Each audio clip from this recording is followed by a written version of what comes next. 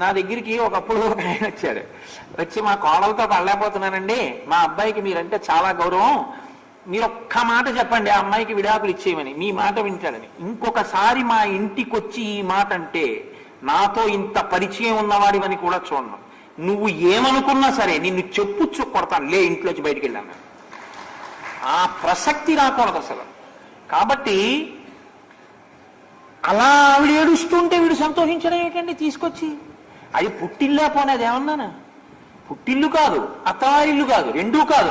ఆయన కోసం ఆవిడ ఏడుస్తుంటే ఆవిడ ఎత్తుకొచ్చి ఇక్కడ కూర్చోబెట్టి నువ్వు నాకు కావాలని వీడండం ఏమిటి? ఎంత దారుణమైన విషయం అది. ఇది ఎవరి పట్ల ప్రమాదం? ఆవిడికే ఉందండి, ఇవాళ కాకపోతే రేపు ఇంకొక వారం రోజులు పట్టాభిషేకం చెప్పేస్తాను, రామచంద్రమూర్తి తొడ మీద కూర్చుంటుంది నా తల్లి. పోయినవాడు పోయాడు అంతే, తిరిగిరాడు రావణాసుడు. ఎందుకు తెచ్చుకున్నట్టు ఈ ప్రారంధం?